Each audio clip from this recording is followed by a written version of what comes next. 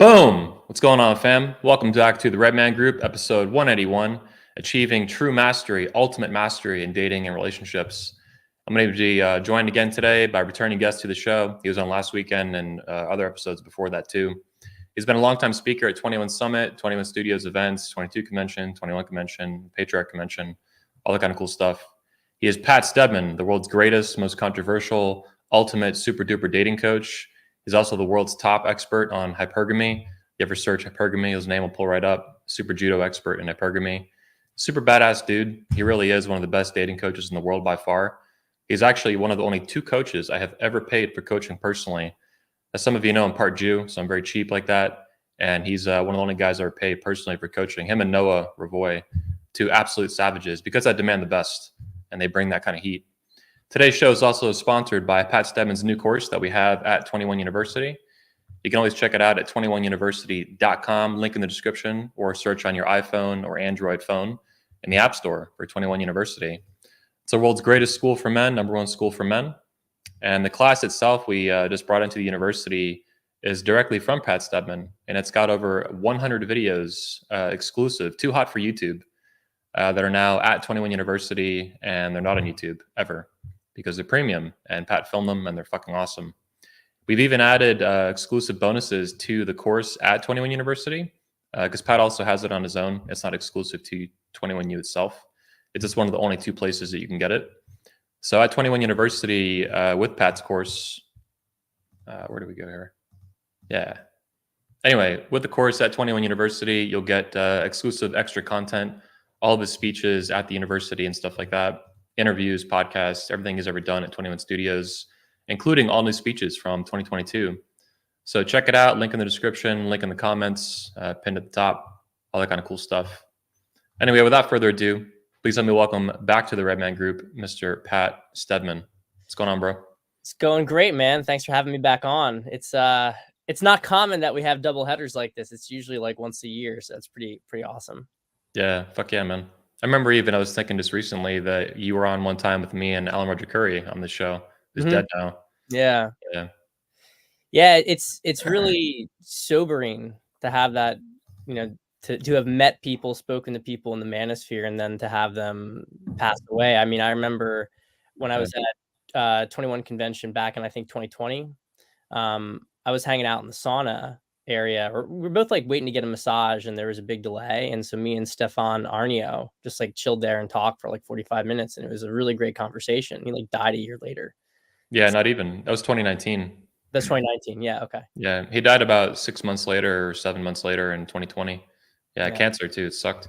Yeah, that's a good point. I mean, I've been around doing my convention so long where people like men like you speak at, that I've seen 4 or 5 now die. Tom Torero, Pat Campbell, Alan Roger Curry, Stefan Arnio, Andrew the Private Man, who was a famous blogger in the manosphere for the Red Pill and divorced men in particular. Yeah, it really sucks, man. Plus, a lot of our friends, they've had family members die along the way. Last year, Tanner Guzy and Michael Foster both lost a brother in the same year. So it sucks. But anyway, enough morbid topics. I'm really happy to have you back on, man. Yeah, it's good to be here. So for the guys who don't know a lot about you, I wanted to start with a really basic question. How did you actually find the manosphere and get into like the pickup artist community, or find that wing of like dating coaches? Because like me, that was your entry point to the manosphere. It wasn't like, I don't think it was Red Pill, and it wasn't like, MGTOW or something. It was kind of dating coach stuff. Yeah, well, this is back in like 2008. So a lot of that other stuff, to my knowledge at least, didn't exist. I found out about this whole world sort of inadvertently. I remember I was a college student. I had a girlfriend at the time. It's kind of my first girlfriend, kind of dysfunctional relationship, left over from high school, usual thing. But I remember reading campus newspaper one day, this review from some, college chick of this book called The Game. And it was these guys were going out picking up women, and she was so pissed. She was so scathing about it, like no girl would ever be interested in that. And even me, who was definitely not awake to any kind of intersexual dynamics, just seeing how pissed off she was, I just sort of registered a note in my mind, like she's not pissed, like there must be some truth to it. And so fast forward like 6 months or so, I was broken up my girlfriend, and I was really devastated by it. I mean, it was a bad relationship, and I take, most of the responsibility for that. Frankly, I had a lot of insecurities. But I didn't, she's a very attractive girl. I had no idea how I got her, no idea how I was going to get a girl like her. Again, didn't want to settle. You're very young then too, early 20s. Yeah, I was probably about 20 at that point. Okay. And so that summer I was taking some classes at the university, and I saw in the bookstore in the window the book The Game. I kind of did like a double take, and then I remembered that newspaper article, and I figured, well, why not? What's the harm? Let me check it out. So I checked it out, and what happened with it, I mean, even though some of the approaches that they did were a little bit, outlandish, not that I didn't try them. I was willing to try anything, but what I really took away from it was that you could change who you are as a man. Mm-hmm. You had these guys who were dorks and they were getting hot girls. And so I had this mindset. So I almost like kind of as a result, I can remember it. I can realize what a lot of like the normie mindset is, of like the fact that you are almost static in who you are. Yes. And that was a total awakening for me. And I had the exact same experience finding the POA community. It awakened my third eye or whatever to basically that I could actually change who I was and improve who I was based on knowledge, just finding stuff that worked and trying to, hopefully exclude stuff that was broken or stupid. But yeah, you're right. The normie mindset is that you're stuck. You're static in who you are. Your identity is fixed, if you even have one at all, and you can never change it, especially with something, learning how to get hot women in your life or whatever. Yes. That was like mind blowing to me when I found it. I found it in 2005, a couple years before you. Yeah. But, yeah. Absolutely shattering. Absolutely shattering. So that started the journey. And I was in like the pickup space for a while. Then I met my wife, and I was already kind of, I admittedly, like, I started to explore a little bit more of like the new age spirituality stuff. I was trying to, because, a lot of where I was going, you learn all these tactics, and then it was, well, it's actually more about connection. And then so I started really getting into connection. But then I got into those spaces and I could see that, there was so much bullshit that was going on. And, on the surface, there was all the sort of authentic, connecting, but there was actually still a lot of sexual marketplace value stuff and game that was going on. And, some guys were getting all the hippie chicks and others weren't. By new age spiritual stuff too, you mean like Eckhart Tolle kind of stuff or something similar to that? I kind of call it like the SoCal spirituality community. Like it's just kind of like between San Fran and San Diego, there's just a bunch of people who are into like authentic connection and relating. And a lot of it is super feminist and stupid, but there is some really good stuff in there. It's just, when I went, like, I'm the kind of person, I'm always, this is what I would say. I knew the pickup stuff worked, but I also knew that approaches that were more based on sort of being real and open with girls, I saw guys really getting big success with that. So I'm not the kind of person who I see, okay, it works in this one domain, and then I say that's the only way it works. When I see that other people were doing different things and that they maybe had really good relationships, or that they were getting, hot girls, I was like, well, what are they doing? Because it's very different on the surface. And so I'm always looking for a reconciliation of these ideas. And so I went and explored it, and then I saw the issues there. And then I fell back into, and this kind of coincided with Trump, back into like the red pill and the manosphere, which I guess like I kind of missed a period of time between like maybe 2013 and 2015. And something had happened during that time period where I think men started to view sexual dynamics in a lot more of a macro lens in terms of structural things going on in society. So I kind of came into that, following Mike Cernovich's stuff, sort of got pulled back into it. And then really became like a red pill guy for about 2 years.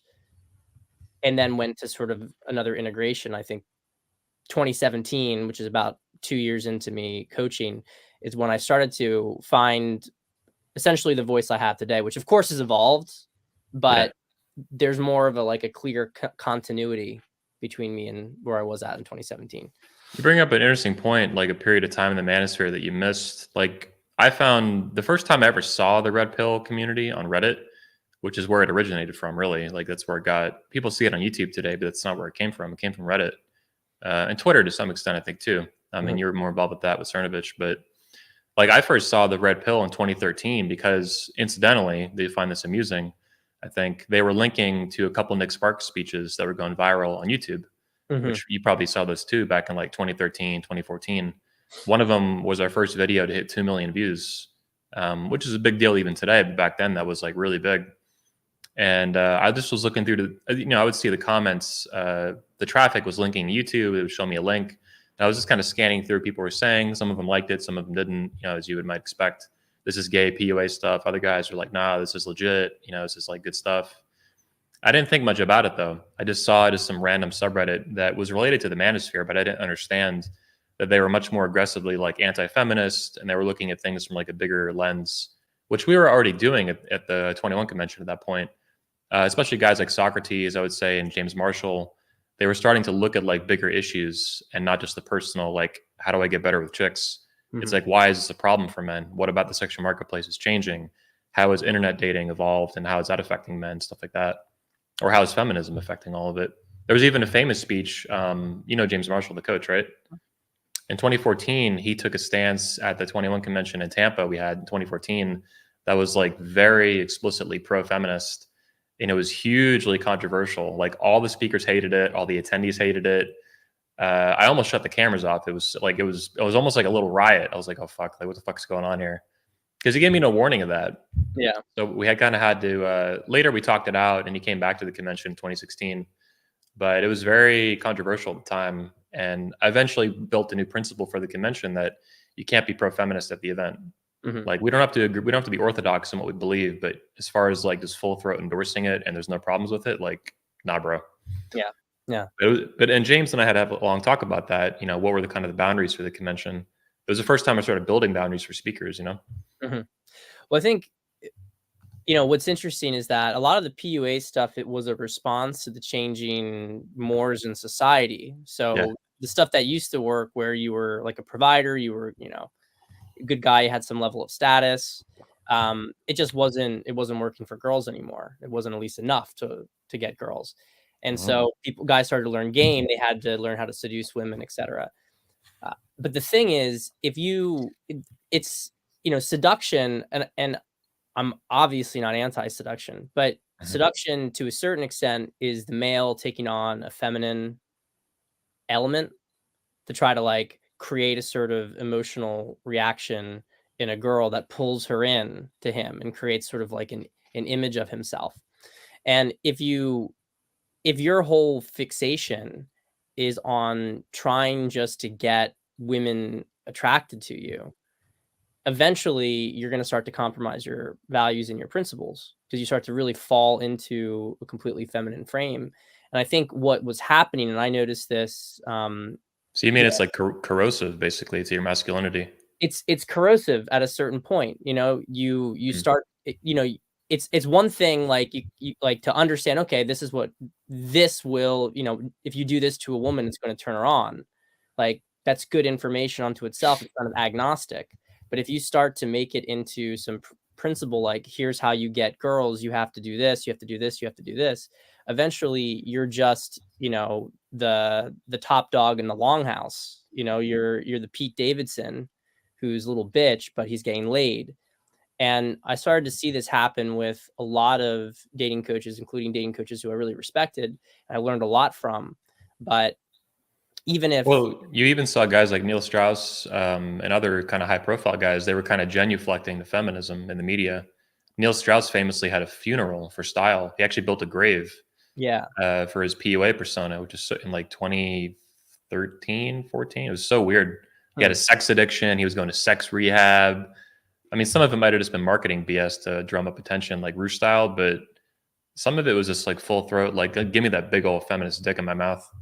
Yeah, and like I don't know the specifics of him with his relationship and did something, because you do get to like a certain point of balance eventually where you can be confident in yourself as a man, but there's, maybe it can come across. I don't know. I never read his second book, so I don't really know anything about it, to be honest. I've heard a lot of crap.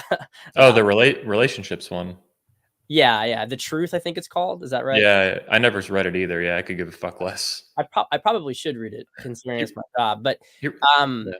but at any rate, I started to notice that a lot of these guys became more and more apologetic towards feminism because they had to, on a certain level, pace the female ego in order to seduce her. And, this was,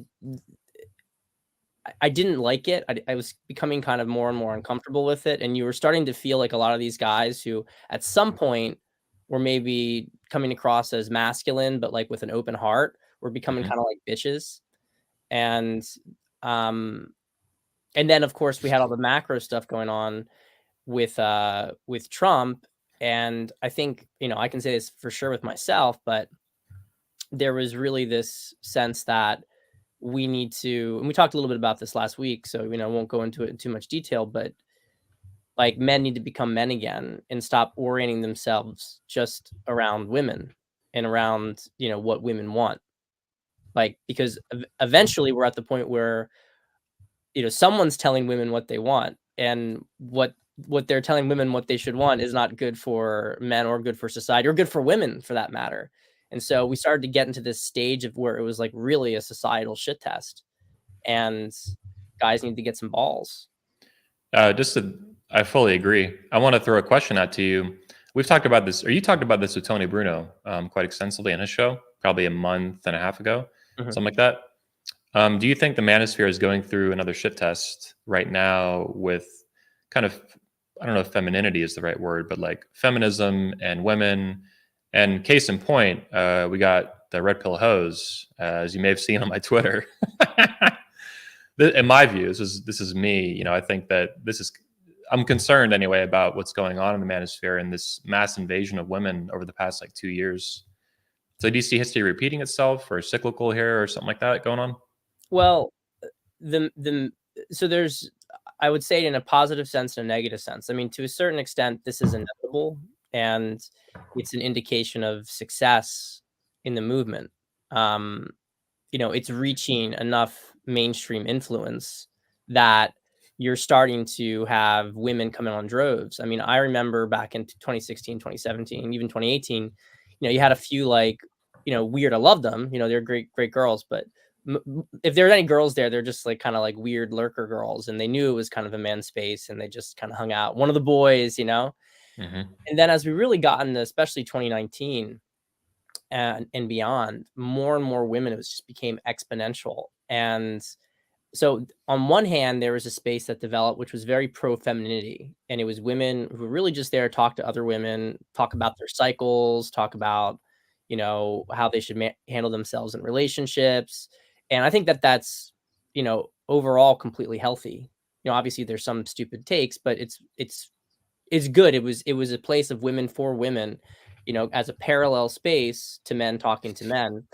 But then you also had another segment of women who saw opportunity to talk to men and tell men what they want to hear. And if one of these girls was like halfway decent looking, to get tons and tons of attention, sometimes not even really that good looking, but just get tons and tons of attention for being a woman and saying it.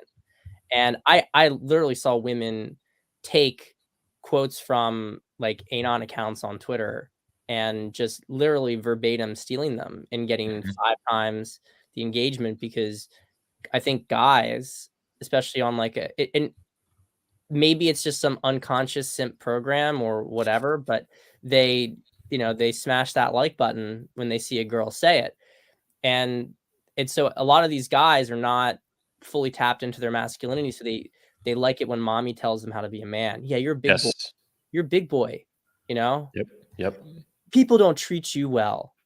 Like, thanks, mom. And that's really a lot of what the psychological dynamic is going on. Now, here's where I think it gets more nuanced.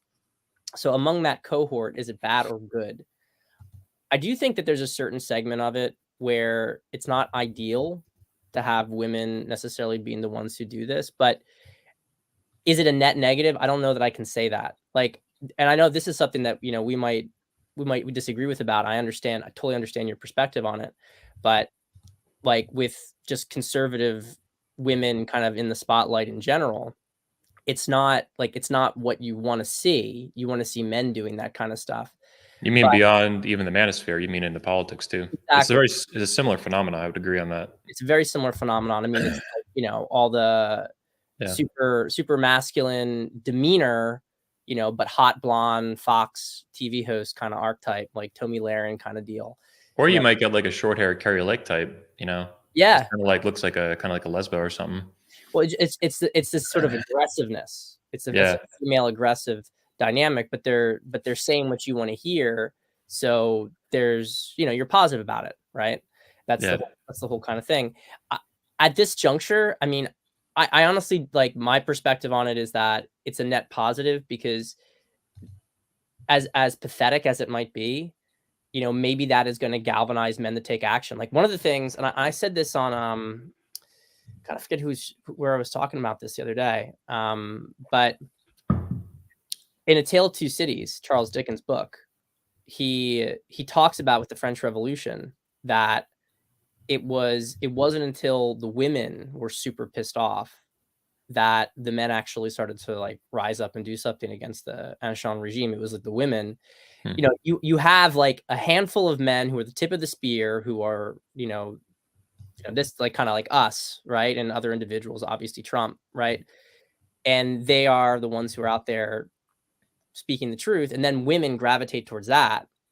And then the rest of the men follow those women. And I don't know if it's a state of nature thing, or if it's just probably it's a little bit of both. Depends on the nature of where that society is at. Mm-hmm. But at any rate, here, to keep to the topic of the manosphere, I think some of these women mean well and probably have a net benefit, even though those guys would probably be better off not looking to women for guidance on how to be a man. Yeah. But there's 100% a grifter class, 100% a grifter class. And I would even argue, like, some of them are not just simply grifters, but they're fifth columnists. And they actually, they tell a guy enough of what they want to hear, but then reimplant programming that makes them into a bitch. Yes. Bingo. Okay, can you repeat that last part? Yeah, they tell them enough of what they want to hear, but then implant programming that keeps them as a bitch. Yeah, it keeps them on the plantation. It's like a runaway slave who like gets away, and then you're like, oh wait, there's another plantation over here. It's freedom though. We call it the freedom plantation. Yep. And it's very captivating to guys. Dr. Sean Smith, as you know, from the convention, he made a pretty astute observation in 2021 at the event that so many, and he wasn't even talking about the women in the manosphere or anything. He was talking about red pill frauds, basically manosphere frauds. That one of the ways they capture so many guys is that they promise them freedom. Mm-hmm. They promise them it's like this almost like this moral or mental slavery that just has a label. Like lipstick on a pig slapped on it with freedom. Mm-hmm. And, I'm going to set you free from the feminist imperative and hypergamy and blah, blah, blah. And guys fall for it, hook, line, and sinker, very similar to them falling for hook, line, and sinker, simping for women. Just because she puts red pill lipstick on, I'm red pill, I'm going to tell you what y'all want to hear. They just fall for it so fast, and it's so sad. Well, a lot of guys don't understand there's a difference between behaving like a man and just simply repeating red pill stuff. Like, a lot of guys are so fucking broken that they think that, so long as you repeat red pill platitudes, you're a man. And, if you, even if you like do everything, your entire life is obsessed with women, and, you follow women who tell you red pill stuff, and you're obsessed with everything that they're saying. And if you're a guy who actually lives like a man, and acts like it, but you're like, hey, some of this stuff is not completely on point, and that person, you shouldn't listen to them. They're like, that's beta. It's like, no, it's not beta. It's not beta. Like, people seem to think that if simply having an idea makes you a man, and that's not true. Yeah. I think I get this every day on YouTube. I mean, all of my channels, my personal, 20M Studios, the big one, everything, constantly. Anytime I make fun of a fraud, expose a fraud, tell them tell them what I would just consider a very raw red pill truth. It drives them up the wall. Beta, you're beta, you're bitchy, you're feminine, blah, blah, blah. It's like, dude, you are obviously the beta and you don't have the first clue of what it means to be alpha or to be a man or to be masculine. And I think inversely, their ignorance is so profound that when they're confronted with authentic masculinity and an authentic red pill, it drives them nuts. Like they literally can't process it because they have no model that is even remotely close to reality of what it means to be a man or to be masculine or alpha or whatever. It's the fact that I'm presenting them with anything authentic that was driving them crazy. Mm-hmm. My fiance thinks the same thing, that compared to these dudes, like what I write is so, maybe over the top, but also still masculine and alpha or whatever you want to call it. That's what aggravates them so much. It's not that it's beta, it's that it's actually fucking alpha, and it just drives them crazy. They have, for example, too, you might have figured this, you might have come to the same conclusion, but they basically look at betas who are like loudmouths a little bit on YouTube and whatever, right? And they confuse this with authentic alphaness or masculinity. And so being alpha to them is screaming at like some retarded Miami like bimbo who's 30 pounds overweight and has, 8 tattoos. And like, this makes you alpha. And it's like, no, they basically like, dude, I'm really sure you've banged a lot of hot chicks. I have too. And this is like impossible for them to understand because I'm not some loudmouth on a camera to them. I'm like calm, cool, collected. They make all kinds of insults and stuff sometimes. And it's like, dude, women, I learned how to make women melt, and it took a long fucking time. And you don't have the first fucking clue of what it takes to do that. You think this idiot who can't even have a functioning relationship with a woman is alpha male. And in reality, he's like some hurt mama's boy yelling on YouTube at people. Yeah. You know I mean, they think Rollo's an alpha male. Like, it's insane. It is hilarious. Yeah. So, I mean, all whining, emotional reactivity is so much the antithesis of alpha. And yet that's so much of what the red pill space is. There's just so many of these people. And it's naturally collected a huge bunch of beta males who are broken. Yeah. And it's like this giant echo chamber of beta at this point. And it's all self-validating. They all just try to validate themselves in their situation. It really isn't much different on a psychological level from what you see a lot of feminists do with each other when they have a really miserable life and experience, and they have all sorts of other women who have miserable life and experience. And then they talk about how it's not their fault. And, it's because guys and because of the patriarchy, and they create all sorts of, bullshit to explain away why they wasted 20 years of their life dating idiots and, not getting married and having babies. So I've always looked at them as sort of mirror images of each other. And it's not fixing the problem. You could argue it's a stepping stone. Like I will acknowledge that. I think that for some guys, it can be good to have like a period of anger, and when you change your beliefs, for some guys that's what they have to go through. But when I see some guy who's on those shows saying the same shit, and he's been saying it for more than 2 years, it just blows me away. I have no idea how somebody can continue to say the same shit over and over again. The most charitable answer is that they realize it's a really good business, and that they're just, okay, I'm going to keep saying it because now I'm the big wig and I get more and more money from it. Otherwise, it's just incomprehensible to me because it shows zero growth whatsoever. It's a positive feedback loop. They parrot what people want to hear, and then they get money from it. So they want to parrot it more to get more money. And it's just a slippery slope to being a huge sellout, but it feels good in the process, getting the praise. It's not just money either. It's positive validation, the emotional feedback from fans. You get surrounded by people basically who are butt sniffers, just sniffing your butt. Yeah. Rollo is a great example of that. I have a lot of other issues with him, and he's not the only one. I can't even pick on him for it. Like, these dudes just the algorithm picks it up for whatever different reason, male or female. People kind of sniff their asshole and tell them how fucking great they are. They parrot things that people want to hear from 8 years ago in the manosphere and some blog, and then they get money from it. And then the whole cycle just repeats itself like a snake eating its own fucking tail. Yeah. And I was going to say, what's interesting is that, you've had your account, like, you've been banned on Twitter before. You've had all sorts of censorship issues. These guys never have any censorship issues. That's right. They get promoted by the algorithm, and nobody thinks about that. Nobody thinks about why, it's a very convenient, useful place to have men in a little resentment loop, not doing fucking anything. Yep. It's also really convenient, for example, that Amru Fraudel, from Fed and shit down in Miami, was a federal agent for the Department of Homeland Security from 2013 to 2020, something he freely admits now. Then he magically retired as a federal agent, and now he joined the Manosphere and instantly blew up. And even when he had guns pulled on his show multiple times live on YouTube, one girl flashed her vagina one time live on the show in 2021. Oh yeah, these are big deal. They quickly took the video down, Yeah. He filed over 50 false, fraudulent copyright strikes against other creators, which if I did that on YouTube and anyone, you would get instantly terminated. Yeah. Which is what they warn you about. If you file a false copyright strike under fake pretenses, you can instantly lose your account. He did over 50 of them and they did nothing. Yeah. One time he got a 7-day warning or something for, I think, one of the guns getting pulled or something. But it's like the dude could fucking kill somebody live on YouTube, and they'd be like, oh, 7-day temp ban. I mean, it's insane because he's a federal fucking agent.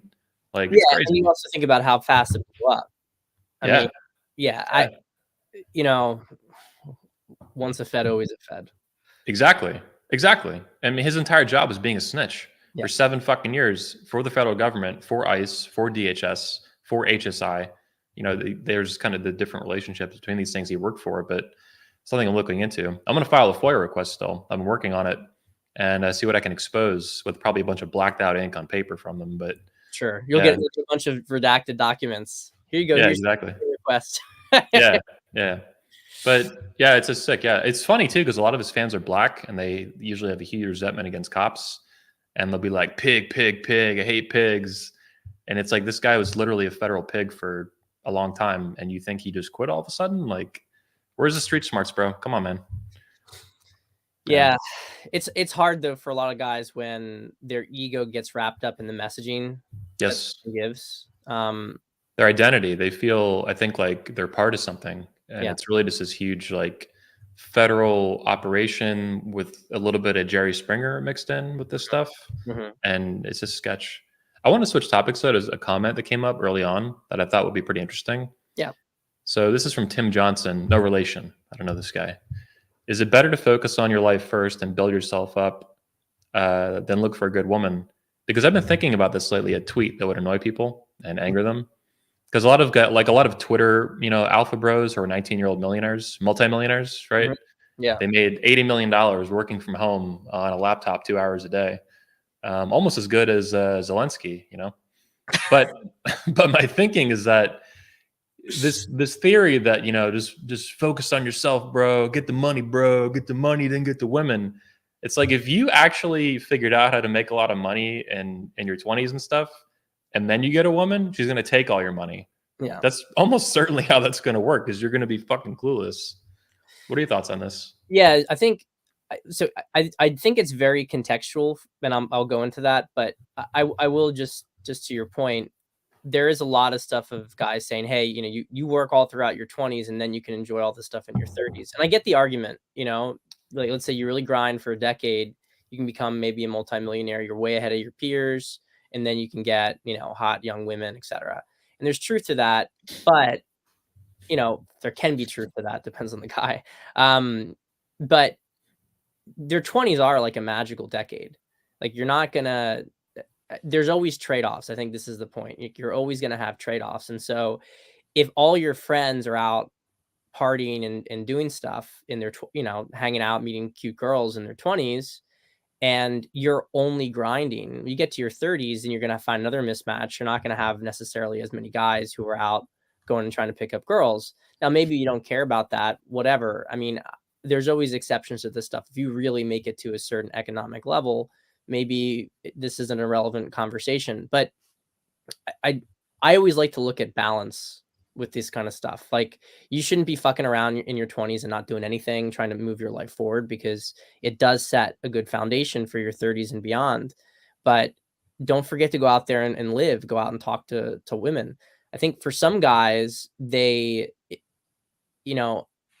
some guys, talking to women is exactly what they need in order to gain their confidence. And they can try to bury themselves in the work and even the gym and avoid all this stuff, but part of themselves is not whole and they can tell themselves, hey, I'm in monk mode, girls don't matter. So I'll just kind of cope. And Yep. a lot of the clients I work with are guys who kind of realize eventually, like, I've been coping for the last 5 to 10 years, and Mhm. now I'm ready to actually deal with it, which is great. Uh, the only thing that I really feel for sure is that like a guy should put first before he really starts to focus on women is some base level of fitness.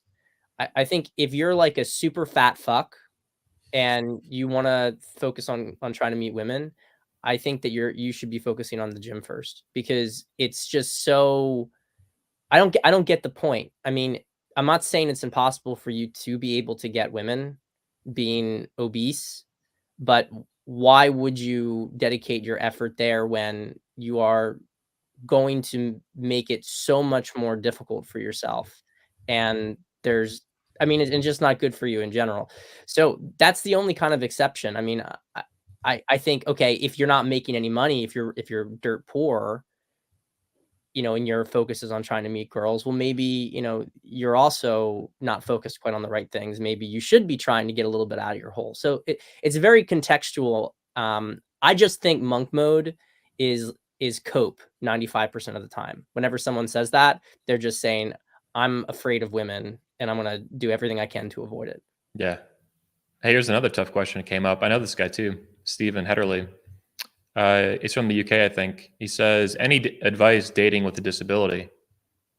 Well, I guess it depends on the degree of the disability. Okay. Like, but the fundamental thing, like I worked with a client years ago who was, I don't know exactly what he had, but it was some sort of disorder where, I guess his legs were kind of all shriveled up, and so he was in a wheelchair. Um, Damn. and what's most important when you have a disability is you have to, on an inner level, really get okay with yourself, because it's like a disability, depending on the degree of it, it's going to be a real negative from the physical attraction standpoint. That's just a fact. But the worst thing about it is that people with a disability often view themselves as being, somehow less worthy, and women really sense that need, and the combination of the two things makes it, you have to have an extra strong sense of self to compensate for any sort of external issue. And what happened with this guy is he ended up becoming just like, when he finally let go, because he had so much pain, and of course it's understandable. I mean, you watch other people get what you want around you, all your friends get, they get pretty girls, you never do, you're always left behind. Like, it's a lot of pain, like, I get it. And he had to let that go, and he went and he traveled around the world, and he just absolutely positive person. And then everybody loved him. Everybody loved him. Everyone wanted to be around him. His energy was contagious. And then he didn't have a problem getting with girls. So that's Basically, it's like almost like a math equation. Like, you have something that you can't change that's a severe negative. So you have to fix that where you can, is what you're saying. You got to elevate it to compensate for that, to balance it out. Yeah. And I think something that people with disabilities maybe don't realize, and the ones who live like people with disabilities polarize so much, because your average person can kind of have like an average sort of energy to them. They might be a little negative, maybe they're positive. But people with disabilities, they're either just like the most toxic energy to be around, just miserable people, or they are absolute light bulbs, because they found joy in life despite what they had. And so they're, in some ways, they're more spiritually tapped in. And you, as a regular person, like, they inspire you, because you're like, what the fuck, I take this stuff too seriously. This guy is just filled with joy all the time, and he's like, doesn't have any legs. There's that famous guy. Remember him? He died recently. Sean, I think, the little I guy. didn't realize he died. Yeah, David Data, or David D'Angelo rather. Yeah. Pagan used to have him on all the time. He had Yeah. that brittle bone disease, right? Yeah. Yeah. I forget his name. I think it Stevenson? was. Yeah, it might have been Sean Stevenson or something like that. Yeah, something like that. Yeah. This He makes a lot got of sense. I wanted to add something. hot Oh, go ahead. nurse like that, didn't he? Get like some like hot nurse wife. Yeah, for a wife. Yeah. Yeah. I would be concerned about gold digging at that point, but maybe he didn't really care, or maybe it wasn't an issue because he was that positive guy, like you're saying. Yeah, and you know, and then to be pragmatic, um, if she's treating him really well, Yeah, and at what point do you really care? yeah, You know? yeah. You have to face the reality of what you're being presented with and just deal with it. Mhm. And yeah, exactly. Why would he care? It's like, well, she has to deal with this. I'm going to deal with that, and it's going to be okay. As Yeah. long if it's like a fair or an honest exchange in a way. Mhm. Oh, on a side note, this is very minor compared to actual disability because it's temporary and really minor. But I've been on crutches at a couple points in my life due to knee surgery, Mhm. and the first time around, I noticed it was very brief. I mean, we're talking like 2 weeks here with crutches. I just got a shit ton of attention when I went out to bars. The second time around, I actually pulled like really hot, Brazilian chick, because it just made it everywhere I went in this like fucking huge nightclub. I just got like VIP treatment constantly. Free table over here. Everybody's getting out of your way. Everyone's like, "Oh my god, what happened?" Blah blah blah. I mean, it was like it actually made it a lot easier. So much so, I was like, "Man, I should just fucking fake this and bring out crutches to bring hot chicks home." Well, I think that there is a difference between a temporary injury, Yeah, huge. Yeah, because with a temp injury, it's almost like, you can still be the alpha, but then there's an implicit softness that's given to yeah, you, yeah. Yep. which sort of, it does the work of balancing out a woman's attraction for you. Hmm. So, this is the whole idea of like why women love to take care of a guy when he's sick or injured. All these love stories of soldiers getting nursed back to health, fall in love with the nurse. Um, Yeah, there's a lot of romance there, but it's with, in those cases, it's with the soldier who ultimately recovers, right? Because then yeah. she nursed him back to health, and there's all this. Yeah, it taps into something for sure. It was just surprising. Like I was in real pain. Like I just had knee surgery, and my whole fucking leg was swollen. Like it's a huge pain in the ass. You have atrophy in a lot of the muscles. Mhm. But I still went out with a buddy, and it was just hilarious to see like the level of treatment I got from everybody, every staff, every bartender, every security guy, every chick. Like it's like, oh, wounded alpha, let me come take care of you. Da da da. Like, yeah, sure, let's fucking go. It was kind of hilarious. Yep. I want to bring up something else. A couple things actually. So one of them the other day we were talking, and you made a pretty profound but simple statement that I think needs to be discussed here and explored. At least I'd like to. And you said, if I'm quoting correctly, that the manosphere is a mentally unhealthy space, which kind of echoes a Mike Cernovich quote from years ago on Twitter that the manosphere is the ghetto of the internet. It's not the same thing, but it brings it to mind.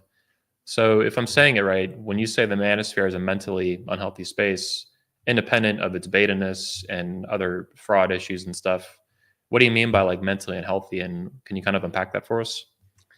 Well, yeah, I mean, fundamentally, I think some of it's a level, like a feature, certainly in the early stages, because you have guys who are in pain. I mean, it's pain that's causing them to even want to explore these ideas. But a lot of people who I think so there's two other phenomenons too. I mean, there's a lot of people who are on the fringes of normal society in general, and they just sort of will gravitate towards any sort of fringe group because then they feel like they can blend in, and then they can find some level of acceptance. And people are usually super mentally unhealthy and often predatory. Um, and I think that the other phenomenon that you have with it is that um, there is a how do I put this? Well, it's kind of what we talked about earlier. I mean, especially on the more public facing side of things, you have people who want to grift off of it, and they see a bunch of hurt individuals who are looking for guidance, and they have narcissistic tendencies. So then they talk more. They find out this is what everyone wants to hear. I'm going to say it. People are going to look at me, view me as really smart, view me as important. I'm going to get this validation that I'm looking for.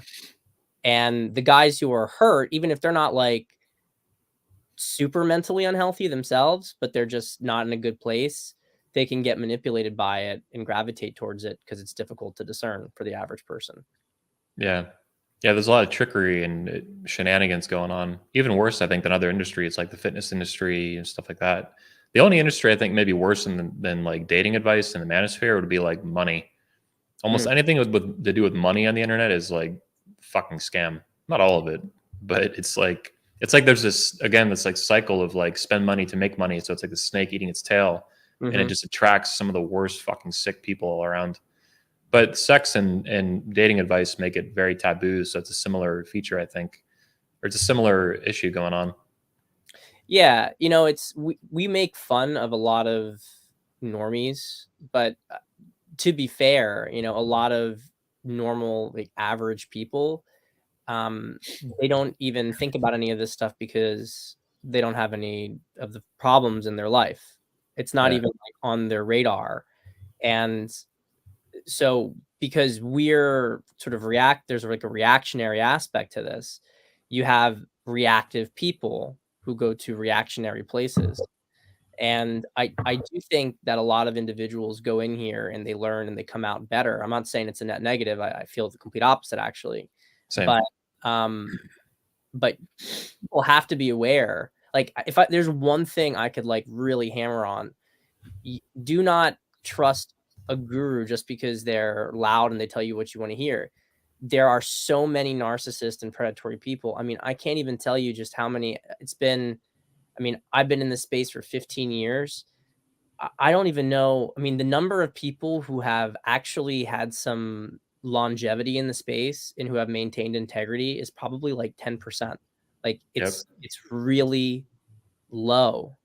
And it doesn't mean that even if you end up hearing something from a fraud that you didn't take something good away from them, but like really be careful when it comes to trusting anybody in the space. And look, I'm not saying that you should trust me, like do your due diligence and assess whether or not you think, but like definitely do due diligence on people. It's important.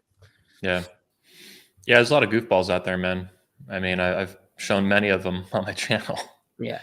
It's kind of amazing to me that some of these guys, like in your case, well, in the background, you see, you like me, where is it? You had yourself a hot, young, fit white woman and you're knocking her up and you're married and having a great time. Meanwhile, these guys are with like, 50-year-old single moms who are like 80 pounds overweight, calling themselves alpha males.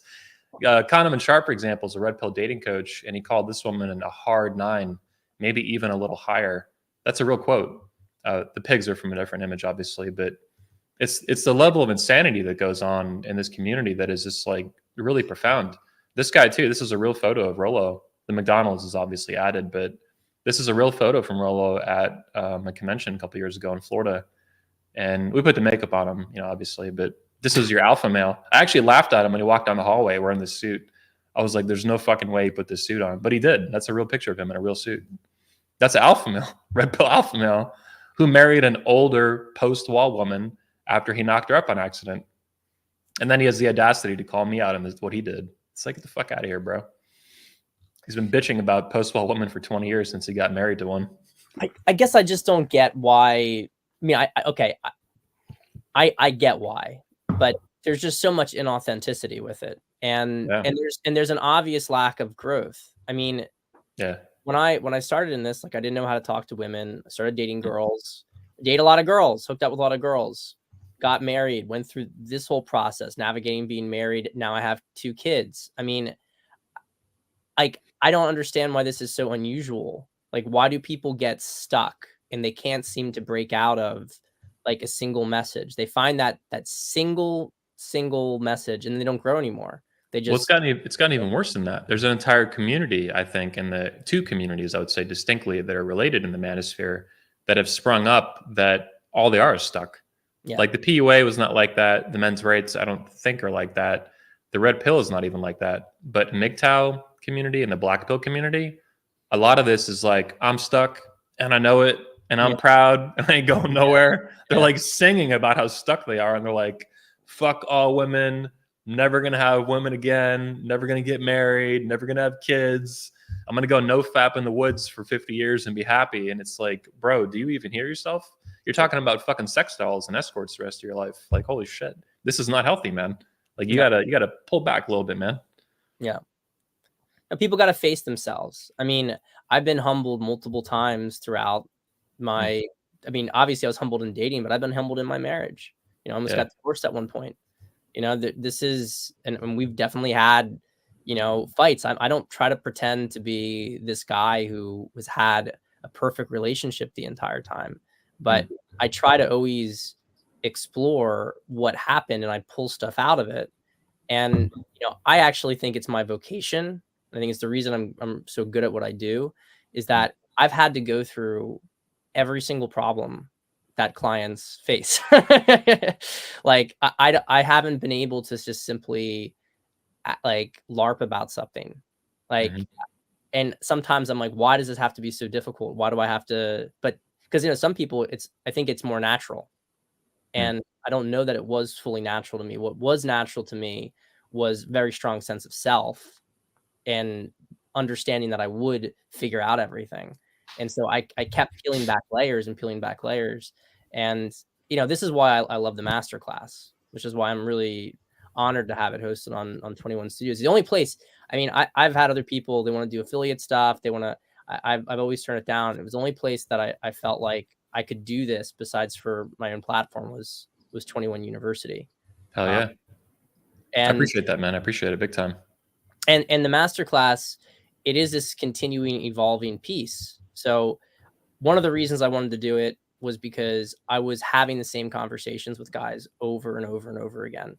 And I felt like it was a waste of my time. And I at this point I was like, I would have calls 6 to 10 hours sometimes, even in a given day. It was just like, and then that was like 5-6 days a week. It was really starting to burn me out. So I was like, I have to change this up. A lot of these things people can watch a video on, and I can deal with their actual specific situations rather than talk about these concepts. So yeah, you're scaling out your knowledge, like in your experience to people. I love it. Exactly. And initially it was just supposed to be for coaching, but you know, I figured, well, what's the point of not selling it? If I already produced this whole thing, I can sell it as a course. And so that's what I did. And then I updated it a year later because I'm like, oh, I got more stuff to add to this. There's some things I missed. And it's due for another update as well in the coming months. And because, and that's how I intend to do this. Like a lot of people want to split out. They have multiple different courses on specific topics. I totally respect that. I understand the business model to it, but I really just wanted to have this complete encyclopedia. Exactly.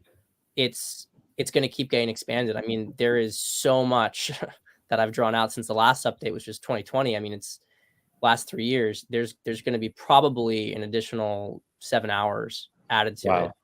And you mentioned encyclopedia, and that's really what you built. It's an encyclopedia of like manosphere wisdom, and for specifically for men and dating and relationships. It's huge.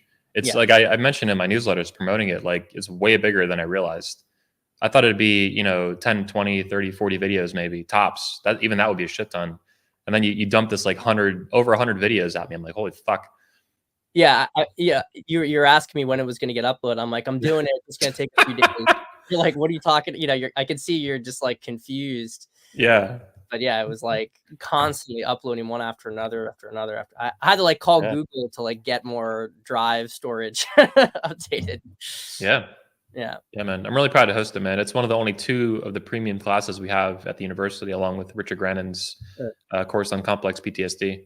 But yeah, I'm proud to do it. I hope to have a couple more speakers too that have like really professional video courses like this, because it makes perfect sense to bring it into what we do, because you've spoken at the event so many times and stuff like that. What else can you tell me about what led to the masterclass, like the creation of it? Where did you film it? Was it filmed in New Jersey? And like, how long did it take and stuff? Looks really nice. Good stuff. Yeah, it was filmed in a studio actually in my hometown. It was a really nice backdrop. And a guy, some of you might know him on Twitter, Tiger Joseph. He does like amazing videography stuff. He's a young guy. And so he came out, and when we did the first filming of it, that was 3 days from, you know, the second we got in there till when things closed. And then we came back a year later for a 1-day session, 1 full day, to add more to it. And yeah, I expect the next time it's probably going to be like a 2-day session, maybe. Wow. Yeah, because, you know, between just little breaks in between, as much as in my mind, I'd like to say, like, okay, we have 8 hours, we'll do, you know, 7 hours of material. It never works out that way. You end up getting, you know, maybe 5 hours of material for every 8 hours in the studio. Yeah. So Yeah, it's impressive too, just how massive it is. I mean, again, not only the number of videos, but even the runtime is just for your content's over 18 hours. I mean, this would take someone like probably a couple weeks to get through, even if you're going at it like every day, and they can go back to it over and over again. That's the coolest part is how specific it is too, or one of the coolest parts. Like you're just hitting like on every single topic, you know, you can think of with the manosphere in a way, and you're going to add even more. So it's like, there you go. yeah, so I'll go through it, and I'll talk about what I want to add to it, what I Okay. feel it needs a little bit more on, just to really, like, I mean, and a lot of this stuff is stuff that I drew out in the last few years. So the first module is all about deep work, and so it's a lot of it's like depth psychology, healing, reframing a lot of your own existence and your interactions with women. So it's the foundational module, and everyone's got to go through it, because otherwise you're not developing the right paradigm in which to consume the rest of the material. So it sort of changes the way you think and how you perceive yourself and how you perceive this journey that you're about to go on. Module 2, I think, is probably the sexiest module. What I mean by that is, this is the one where I don't think that you find a lot of this stuff elsewhere. This is on like dark female psychology and female nature, and there's some sort of basic red pill stuff in there, but we go like way deep into red flags and assessing a lot of discrepancies in female behavior and what it means. And that is like massive for discernment, so that you don't end up with some, you know, demon harpy kind of woman that destroys your life. I know what that's like. I married a fucking hooker, man. Straight Yeah. up. Yeah, exactly. Like psycho hooker. Module 3 is all about attraction and game. So a lot more videos in here, but they're a little bit shorter, and talk about a lot of different concepts in generating attraction, viewing attraction sort of holistically through interaction, what, you know, the stages of attraction essentially. And that's basically your rundown in game. So and then you go to module 4. Module 4 is about dating. And the difference between 3 and 4 is that 3 is sort of just teaching you these tactics and concepts. 4 is taking more of a strategic overview. So here's the different areas that you go out and date in. Here's how you develop, you know, social circle game. Here's how it's different from day game versus different from night game. The various contexts that are involved in these environments, how you would apply the tactics differently, how you manage dates, how you manage, you know, first date, second date, etc. Honestly, dude, when I hear this kind of stuff, it's like nostalgia to a better time in the manosphere when guys would argue between direct game, indirect game, day game versus night game. Like this was such a better. I mean, look, it wasn't perfect. There was plenty of frauds in too, but compared to the fucking retard dogma shit you hear now, where you have these like beta retards bitching about hypergamy 24 hours a day, it's like, oh my god, bring me back Mystery Method and the M3 model. Well, you know what, Anthony, and this is, I think, what you've really hit on here, which is that even if people were disagreeing about, like, in sort of like an autistic way about what approach they should be doing, people were actually doing approaches. They were actually talking to women, you know, they were out there, and it was maybe, you know, kind of hilarious to see the arguments about this stuff, but you couldn't say that these guys, for the most part, were not actually going out and meeting women and picking up attractive women. Whereas now you just have a bunch of, like, you know, theorists. They're basically like shitty university professors. Yes. Who sit there. There's a lack of enthusiasm now and excitement for women. It's become like a lot of it's, not all of it, but a lot of it's become this very negative and pessimistic nihilism, just rampant skepticism, rabid skepticism that you would even say in a philosophic sense, that you can ever have a happy relationship, that you can ever build a family in our current climate, and you can ever do this and ever do that. It's just like this absolutism that is not based in reality. Like we were talking today too about surrogacy. Some men in the manosphere now are promoting strictly only having kids through adoption or surrogacy with egg adoption, so that there's legally and more or less physically no mother in the picture. And it's like, I get why someone would suggest this, and it's cool to see it being agitated because it raises awareness on like really serious problems that men face in the legal system. But this is also delusional. Like, no, I'm not going to have a surrogate woman. I'm going to bust a nut in her and knock her up on purpose, more or less. You know? Yeah, and I think people need to see beyond their own circumstance and to see. No, that was the one thing I always did, is I looked at, well, these people have something that works. Why does it work? Even if it was uncomfortable for me, and even if it did lead to some, letting go of some beliefs, I had to see why did it work. And this is so much, I think, about what the master class is. What I'm doing in it is I'm synthesizing all of these different ideas and I'm putting them in their proper context. So why they work, when they work, and so they build on each other. And so we get to the module 5, and module 5 is about relationship management and intimacy. So it talks about essentially how to have a deep and fulfilling relationship. With a woman or a sex doll? I mean, we're talking modern manosphere here, you gotta be specific. I don't think the sex doll guys are going to get a lot out of the masterclass, so I would not recommend that they buy it. And then we get to module 6, which is sort of more. Hang on. You talk about sex in the masterclass, and this is interesting to me because I should probably talk about it more. Maybe you are of a similar mind, but if you look at the modern manosphere, all these like fake red pill gurus that are banging like literally 50-year-old single moms that are 80 pounds overweight, lying about it. I mean, it would be hilarious if it was a Saturday Night Live skit or a Mad TV skit from 20 years ago, but it's not. It's like real life. These guys are just beyond goofballs. But if you listen closely to what they say, not only are they lost in theory and then regurgitating the theory for a positive feedback loop for validation, attention, comments, money, whatever, super chats, right? But it's like they never, ever, ever, ever talk really about sex. Yeah. And all the precursors leading to sex of like foreplay, kino, we would call it in the old manosphere, touching her shoulder, her elbow, like how are you going to make out with her? One of the things I developed personally is I actually stopped going for the kiss on whether at a bar, nightclub, or even on a first date. I would actually like much more gravitate towards sucking on her neck first, which is very aggressive. But I learned how to do this because it's super effective when you fucking figure it out, and you learn how to calibrate it so you don't fucking get punched or slapped in the face. Right. But if you suck on a woman's neck or kiss her neck before her face anywhere, the chances of banging her go up like 80%, like or more. And when I figured this out, I was like, awesome. And do red pill gurus ever talk about this or anything even pertaining to it? No. You do that by talking about sex and other stuff. You get it. I make a see it on your face what I'm saying. You know what I'm saying. Yeah. It's more primal. It triggers that. Kisses can be kind of romantic. It's a nice thing, but yeah, going for the neck. She's feeling like now this guy's gonna take me. Well, not only but I learned how to do it in a way that was usually a little. Yeah. It could be. It was professional is what it was. That's I think a lot of what actually communicated was like very deep pre-selection because they would know right away if this guy's doing this, he's like a pro. Yeah. Like how did he figure out how to do this? A lot of other women. And that's what they want. They could say these TradCon bitches can say whatever they want.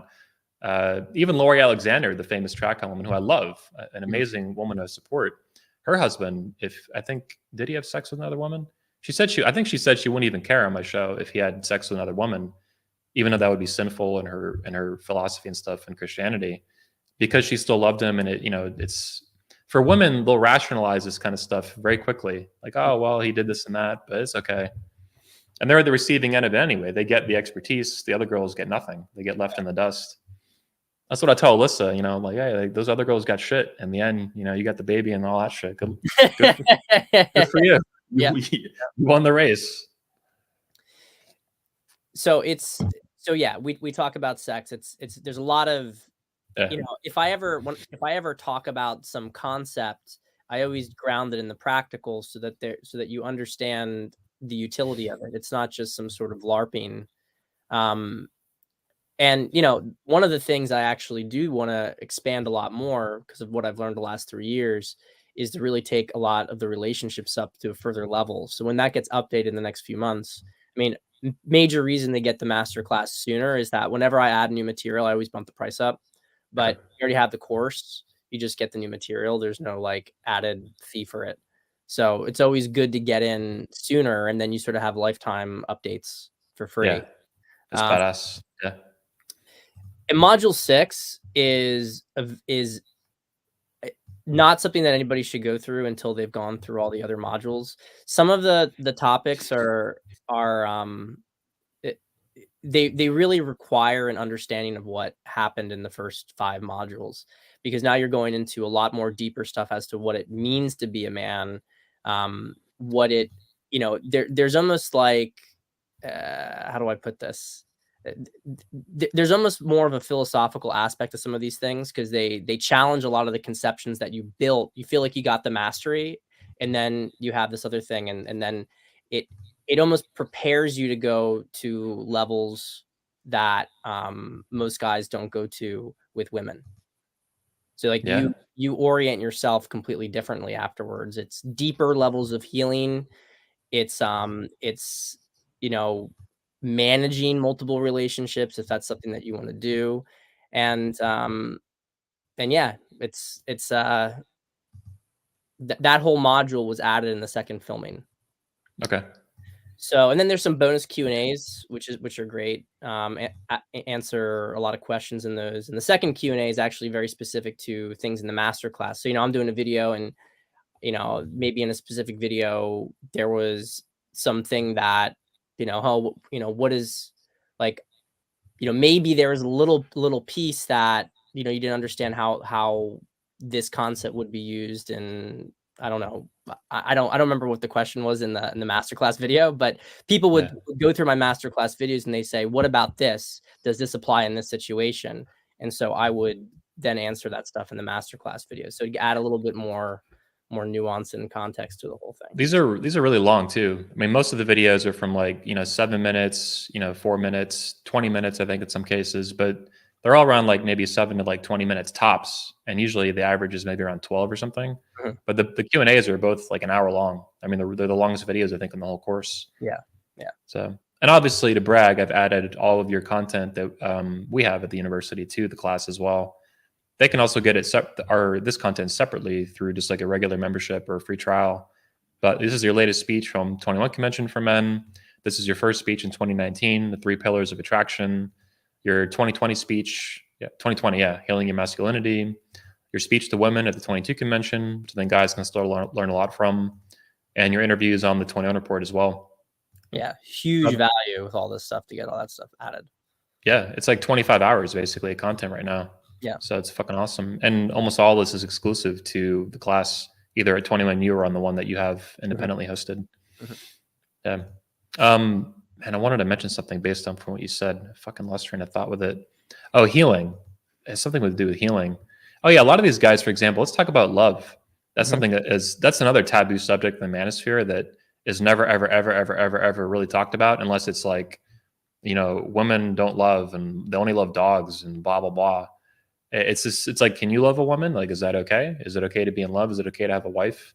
You know, it's easy to say maybe you have children, you love your children. That's a separate, non-romantic love, obviously. But is it okay to love? Do you love your wife, Pat? Is that okay? Is that red pill? Talk to me about love. Sure. Well, I do love my wife. My wife. Beta. My wife is badass. I mean, I know you're not supposed to even say that kind of stuff, but she's ride or die. You know, she's ride or die, and I won't say it on air, but when I've had confrontations with certain agencies, you know, you could really see that in how she behaved towards them. So what I think guys don't understand is that there's only really 2 emotions, love and fear. And everything else is just a continuum in between it. So so to say that like love makes you beta, that's coming from fear. So a lot of these guys, they are caught up in fear and the variations of fear, which are, anger, envy, because these are all based on the concept of lack or not getting something.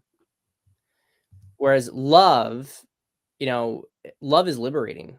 I mean, I think this is the thing that guys don't get, because maybe they loved a woman, but what they really had for a woman was a deep need for her to validate them. A codependency. A codependency. And then when she broke that codependency and, probably became codependent with another guy, they view that, love doesn't exist. There's no such, if you love, this is going to happen to you. And that's just absolutely absurd. It's an absurd thing. When you love somebody, it's actually very freeing. It's because you can, I don't know how to, I'm trying to think of how to explain this, but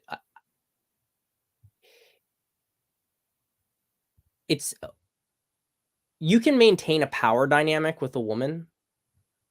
And I think a lot of these red pill guys, the best that they do is to have some really crappy power dynamic with their wife. And they maybe get a little bit of what they're looking for, but it's mostly just keep her around because she's too afraid to leave him. Like, as you said, kind of codependency. But when you and the other person love each other, but you love yourself, it's just like, I think this is the thing, is that people assume that love is codependency, whereas real love comes from first love of yourself. Then you love yourself, you have an awareness of yourself and your boundaries, and then you can actually love another person, and you can love them to a certain extent, even unconditionally. And it doesn't mean that you do anything that they want you to do. I mean, this is the thing. It's like, I don't think these guys know what love is, but they're afraid of it, because in order to go in that direction, they would have to face themselves. Like, you can't love honestly or cleanly when you are in dissonance yourself. Otherwise, you always have agendas on the other person. Or if you have, I mean, you talked about boundaries, like you have to not only have an awareness of them, you have to have them, period. Yeah. You have to build them. You have to know what they are. You have to pick them. You have to choose them. And a lot of these got these betas and stuff, for whatever reason. They're raised by a single mom. The parents are divorced. They saw bad examples of masculinity and femininity.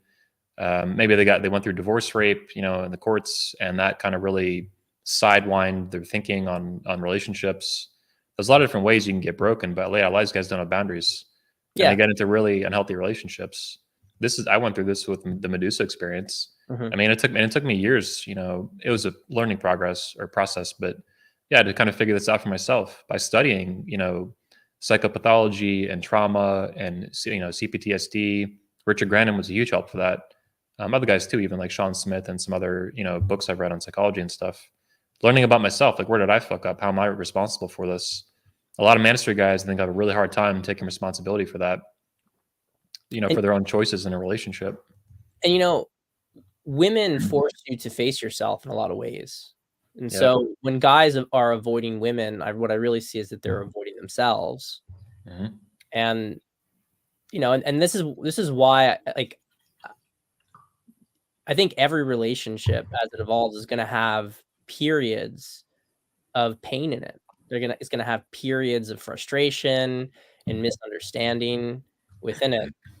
And some of this is, a lot of this is the two of you growing into better people. And, if you have shame and you have fear buried in, at a certain point in your relationship after the honeymoon phase, those are going to brush up against each other. And your question then is whether you're going to succumb to fear and then keep the separation from each other, or whether you're going to address it and then heal yourself through the process. And then you become closer and the love deepens. So, I mean, it's a lot to talk about. And you could just yell about hypergamy. I mean, that's a lot simpler. Yeah. Hypergamy! Yeah, these are the deep topics, I think, that, I mean, another thing about another issue with the manosphere is that so many guys are so distant from here because of how they enter the manosphere through trauma and pain, whatever it is, whether you got locked in the friend zone or by 20, 30 different women, or your ex-wife stole like all your shit and your kids, and you're like really angry. They're just like so far from this that it's like the distance takes time. And because the manosphere always has new guys finding it, it's this constant influx of broken, fucked up guys that if you say something like, build a loving relationship with a woman and have it deepen and go through this stuff, they're like, never. I'm gonna bang sex dolls forever instead. And this is such an important point, and actually why I said like, people like Rollo or some of these other, dating coaches or whatever. I don't know, we wouldn't consider himself that, but we're not actually in competition with each other at all, because he's dealing with a different demographic of men than I am. I'm dealing with guys who are ready for something more.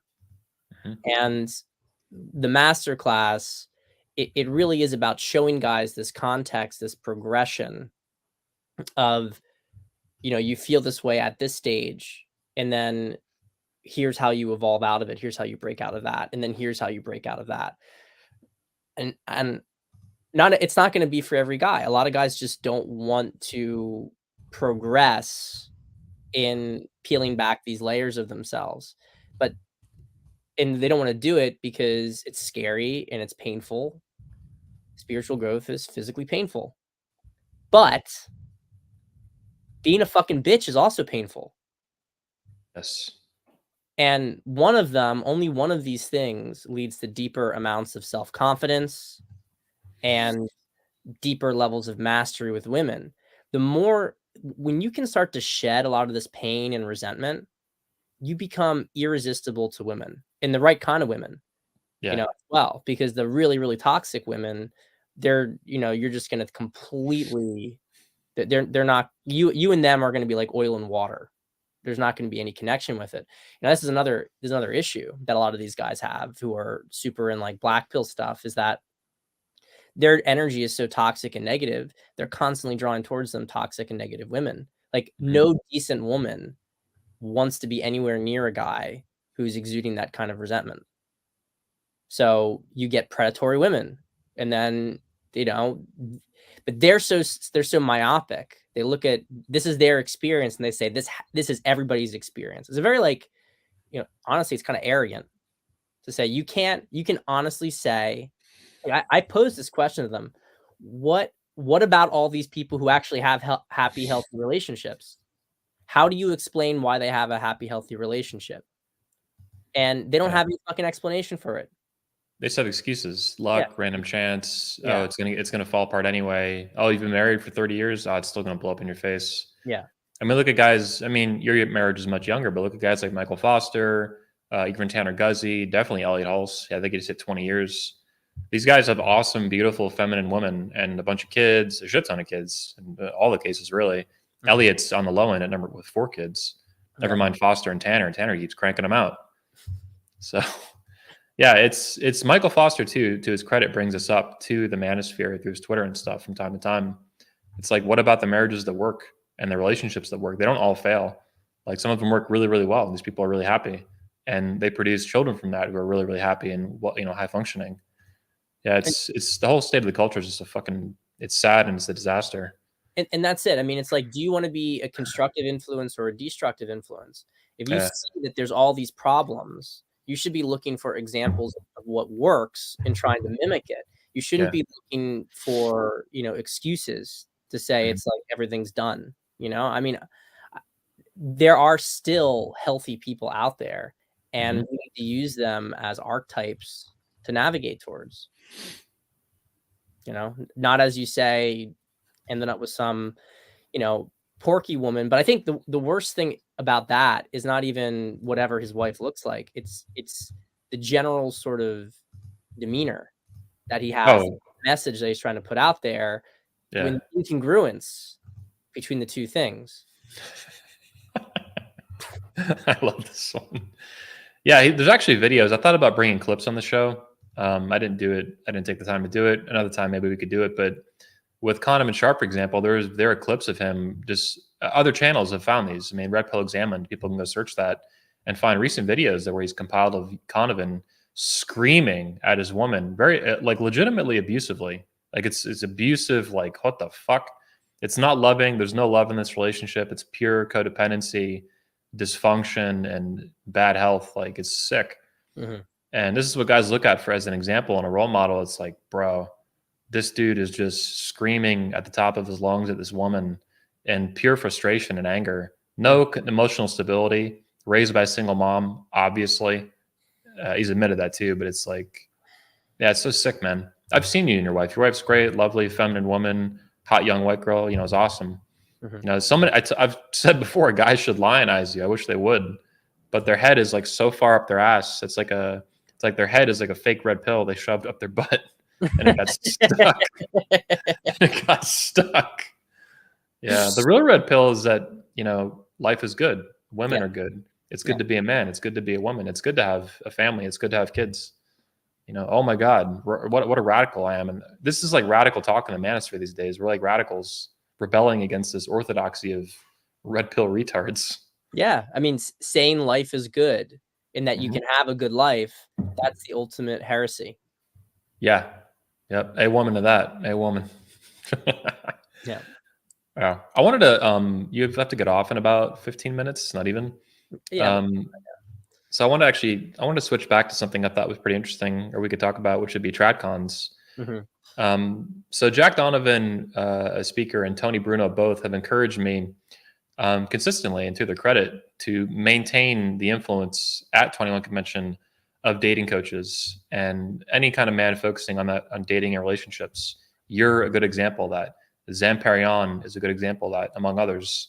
Alan Roger Curry, he almost spoke last year before he died. We were really working on the dates and the flights and all that kind of bullshit. It didn't work out in the end, unfortunately. But anyway, to their credit, you know, because there's been, over the years, there's always been influences to push me away from dating coaches, from relationships, from PUA, anything to do with PUA. Anytime I add something new, people want me to get away from it, basically, like get rid of that stuff. I'm like, no. Mm-hmm. Jack and Tony both have encouraged me to keep that in. And I agree, that's why I keep doing it. I mean, I don't care what people say they want. I think this is really important. Many need to hear it. But even the TradCons are one example that they can be hostile sometimes to anything to do with like dating, relationships, at least in the outside the context of marriage. Like, you know, oh, don't have sex outside of wedlock, you're going to go to hell, blah blah blah. Mm-hmm. I mean, obviously, if you have a religion that dictates that and you believe that's true, you're going to have to advocate that in some capacity. But I still think my concern with the TradCon stuff, particularly the more hard line they get with it, is that they're sending young guys into like a meat grinder, totally unprepared, with no meaningful competence with women. That's what I see with you, and I've always seen that. Even my fiance sees that in you. She thinks you're almost as alpha as me, which is saying a lot. She loves your newsletters for years now. She's been reading them because I kept retweeting your stuff for a while. I always retweet your shit, but obviously put you on her radar. But yeah, it's like these young men from whatever, even if they had two parents or a single mom or whatever, in these Zoomers and millennials, like they need to be competent with women, is my view. And what they do with it is up to them and whatever philosophy they subscribe to and so on. But like that competence is good and that has to be built. And you really, I think, are an advocate of that, or at least that's my belief of what you're doing. What are your views on the TradCon stuff, basically? Well, I'll just say, I think that guys need to go through, there's natural stages of development. And so I'm a Christian, although I'm kind of like a more esoteric Christian. I'm not super dogmatic. So, you know, take that for what you will. But I believe that, you know, guys there's this process that guys have to go through. And if a guy really does not have any competence with women, I don't think you are serving him by telling him he should just get married. I don't, you know, and I don't even know, by the way, on a practical level, how is he going to get married today? I mean, in certain communities, maybe they'll try to arrange the marriage, but then you just have, you know, it's a disaster. You just have repeats of generational trauma. And you see it as dangerous. Yeah, I think it's dangerous. I mean, I don't honestly get the point of it. I don't get the point of it. I saw a guy recently do the TradCon we both know. He's interviewed both of us and stuff, and we both interviewed him too. I don't need to say his name, but he was advocating, I think, if I'm remembering right, not only, this is like a week ago on Twitter, not only don't have sex before marriage, don't even kiss her before marriage. Yeah. And I'm like, dude, what the fuck? Like, Yeah, I think this stuff is just it's a recipe for disaster. I think it's sexual shame is a really really big issue that destroys relationships between men and women, and honestly um feeds on a lot of degeneracy. I mean, without going too far down the rabbit hole, a lot of it's my contention that a lot of the stuff that you see today is just a psychological reversal of what we had during the Victorian era, where like you couldn't even have sex with a woman, you couldn't even really see your wife naked, and you just do it sort of in the missionary position with like the lights off and half your clothes still on, and oh just my like God. just anything else would be dirty. Like this just creates massive sexual suppression that comes out in stuff like, pornography addiction or seeing hookers and stuff. And that's the thing. The Christian community, they have a lot of introspection to do. And I think, while you have all these cases of for every like good, healthy, happy tradcon couple that did it all, the right way, you've got at least another one that, the girl's off cheating because the guy doesn't know what he's doing, and all this sort of sexual desire has been suppressed and told it was bad. So she has to, he or she has to get it out in some other, clandestine area. That's one of the reasons that half of these mega pastors, have come out to be really disgusting people in terms of their practices. So I think it's really about They're sodomites, they're banging hookers. I mean, this has been going on since the 80s at least. and stuff like that. I mean, all sorts of really just incongruent behavior. And I would rather people go through a process. I don't want to say get it out of their system. I don't think that that's the correct way to look at it. It's more that they just need to be able to feel themselves feel their competence as they go through the process. And one of the things that like I prize myself on with coaching is that I take guys through this process, and they learn how to get better with women, but they don't even necessarily need to stay out there just banging girls over and over again. Yeah. They can learn the lessons in a very expedited rate. And honestly, if they don't want to have sex for their religion, they don't even have to do that. You don't have to go that far, but this is not like the ability for a man to attract a woman is something that should be agnostic.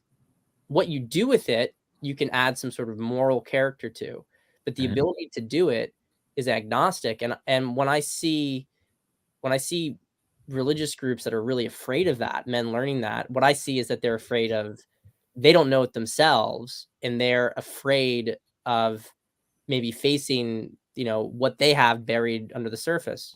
I'm sure Michael Foster maybe has some slightly different opinions about it, but it's notable that he doesn't take offense to any of this stuff because he has that competence himself. And it's not to him, something that is super, super triggering. He's secure in his own masculinity and his competence for his relationship and his marriage and his wife. That much I agree on 100%. Yeah. I think too, she was a freshman in high school, I think, when they met, and he was a senior, and then they got married when she graduated. I think I'm stating the story right, approximately. But I'm pretty sure even that they made out and kissed and stuff. They didn't bang until they got married. He said it was really difficult. I don't doubt it. For both of them, especially at that age, be like fucking 18, 19, 20, like your hormones are raging. But they were not like I don't think he's anti-kissing and shit. Like, yo, chill out, man. Yeah, I am so strongly against that. When people are like, you can't kiss until marriage. I have no idea. This is the most impractical. Like I don't know what they're trying, what kind of world they're trying to prepare their child for. Dude, I think some of them are gay, actually, straight up in the closet. I think the guy I'm talking about right now, I'll send you the tweet. I think like he's in the closet. I think not a lot of them is a figure of speech. It's not like an actual majority of them or a huge percentage, but a lot of these guys, there's the old saying, it's not my quote, it's an old saying that, religion is the last refuge for scoundrels. And I think a manosphere version of this that would actually be pretty independent of whether you agree with that statement, religion is the last refuge for incels and gay dudes that haven't accepted that yet about themselves or whatever. And they use the philosophy of whatever the particular religion they're following is to try to deal with that, but it just leads to suppression and angst and anxiety and very severe cognitive dissonance. You know, so a lot of these guys, I mean, the Catholics, dude, on the Catholics in the manosphere, some of them, not all, they're obsessed with like jerking off. All I talk about is porn and jerking off, like constantly. Don't jerk off, no porn. Blah, blah, blah. It's like, man, the lady doth protest too much, bro. Like, why are you always talking about porn and jerking off? Yeah, this is weird.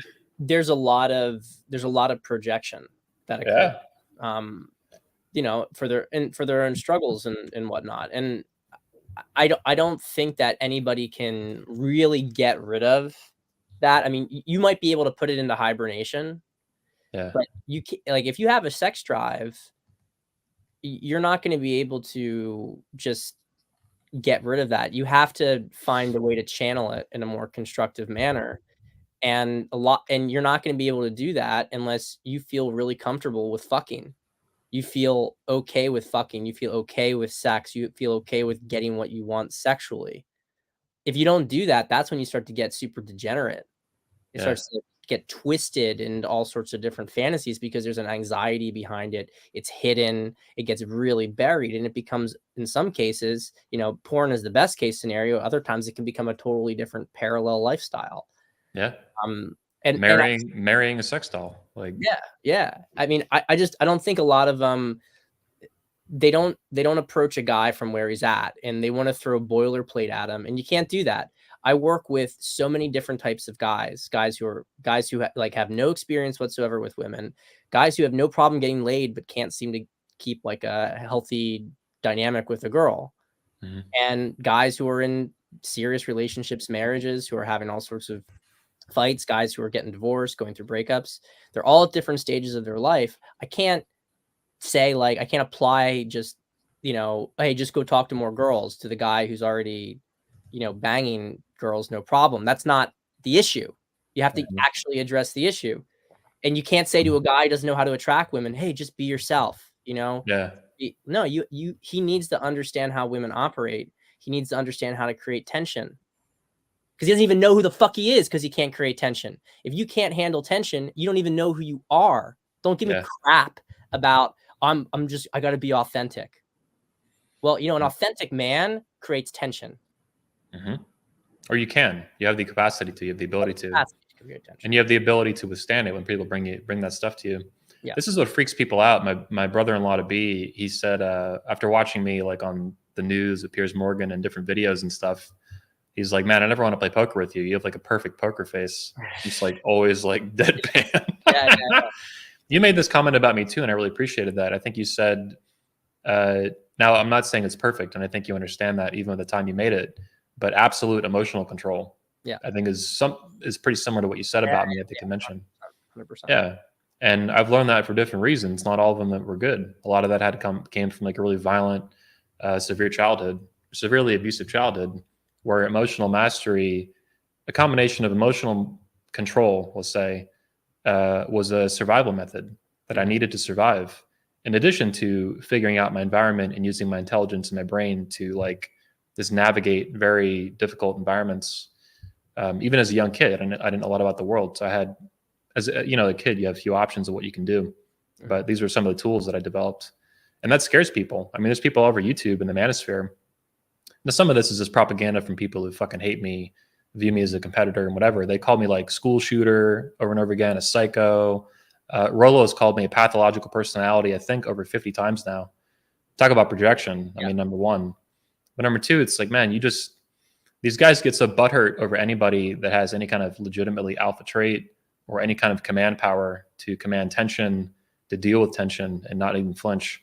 But you know, it's even beyond that with you, Anthony, because you've also been real about genuinely painful experiences, you know, with your ex-wife, with your family. I mean, there's vulnerability there. Like, you don't pretend to simply be like, you have this emotional mastery, and you know, you have this frame, etc. But it's not like you're pretending that you've never had to deal with anything difficult and that you've never experienced, some level of trauma. A lot of these guys, they pretend that they've been like alpha I don't want to say that they've never had any problem ever.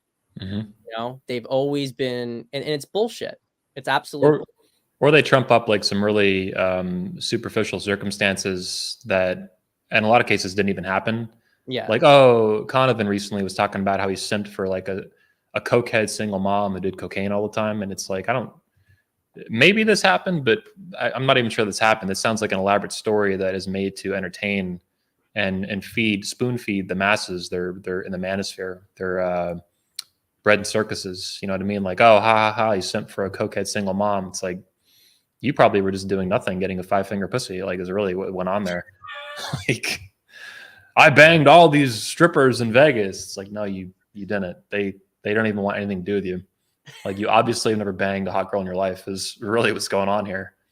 I think that's part of what was so difficult about the fraud issue in the manosphere is that some of the fraud that goes on is so cartoonish and so over the top that like it's beyond even comprehension that this is fake because it's so fucking fake. It's like, I don't know. It's exponentially fake, and guys are just like, "What the fuck is going on here?" So they just choose to believe it, almost out of like a laziness or something, an intellectual laziness, or I don't know. It's a very weird phenomenon. Yeah, I appreciate it, though, man. Some of the comments you made about stuff like that, and yeah, my life is not. I've had a lot of really severe trauma that I've had to deal with. Some of that, would be my own fault in a way. There's kind of, making mistakes that lead to bigger mistakes, like a snowball effect. Other stuff was dumped on me as a kid. I had to deal with it. But I've done a ton of dumb beta shit too. I don't know. Some guys think I've like always been super alpha giga chad, and that's not the case. Even my fiance has a really difficult time understanding that sometimes, that when I was 17, 18, 19, like I was not banging all these hoes yet. I had to figure this out. And it was very difficult for me to learn how to socialize like that, especially pulling same at lays, which were like, I mean, for most guys, that's like that never even happens. I mean, I would think they don't even, and I wanted to do that. I was like, yeah, I'm going to do that. And I figured it out. And it was fucking hard, but they have like this movie level, the cinematic like version of it. It's like, no, it's a lot simpler than you think. But it took me a long time. I've approached like, dude, almost 7,000 women, somewhere between 6,000 and 7,000. I don't really know the whole count. I lost count over 6,000. I stopped even trying to count. Like, that's more than most dating coaches. Yeah, most dating coaches don't even have ever done shit with that. Barely anything. Especially these days, they're probably just on Tinder and Instagram and shit like that. It's true. No one learns the old school stuff anymore. But actually out there, and I think that's actually very much to their detriment. Like, not that there isn't a specific skill to online dating, and that you shouldn't adapt with the times, but there is something about like, can you go and can you make a woman attracted to you when she doesn't know who you are, and can she just feel your energy? Can you handle that? I mean, that's tension, right? You're not hiding behind a screen, hiding behind an image that you've created for yourself. Or even hiding behind, in the old days, you hide behind like a canned opener, you would call it, which it doesn't mean they're totally useless, like chicken or fish, or like who lies more, men or women, just goofy shit like that. But eventually over time, I got rid of all that stuff. It became much more situational and contextual with it. Or just like, hey, I'm Anthony, what's going on? Like simple. Yeah, it's like training wheels, basically. You start off, and then you got to take them off. Yeah. Well, hey, man, I know you got to bounce. I really appreciate your time today. It's been a blast having you on again. Well, I'll be on again soon. Probably not next weekend, but sometime in the near future. Hope to see you at the event this year, too. 21 Summit this fall in Florida. I'll be there if I can. Yeah, I look forward to it, man. I love it. 21 Summit is like, it's there's nothing like it on the planet, honestly. Thanks, man. Yeah, I think it's like the heartbeat of the manosphere is how I consider it sometimes. Yep. Guys, thanks for tuning in. Make sure you check out the Pat Stedman Masterclass now at 21 University for the first time ever. Launched just a few days ago. Link in the description. Check it out. Super badass. Over 100 videos, over 18 hours of exclusive content, not on YouTube or any other platform in the world besides the class itself. Pat, thanks a lot. And everyone check out Pat Stedman too directly on his website at patstedman.com. Yep. On Twitter at Pat_Stedman. Okay. Yep. Cool.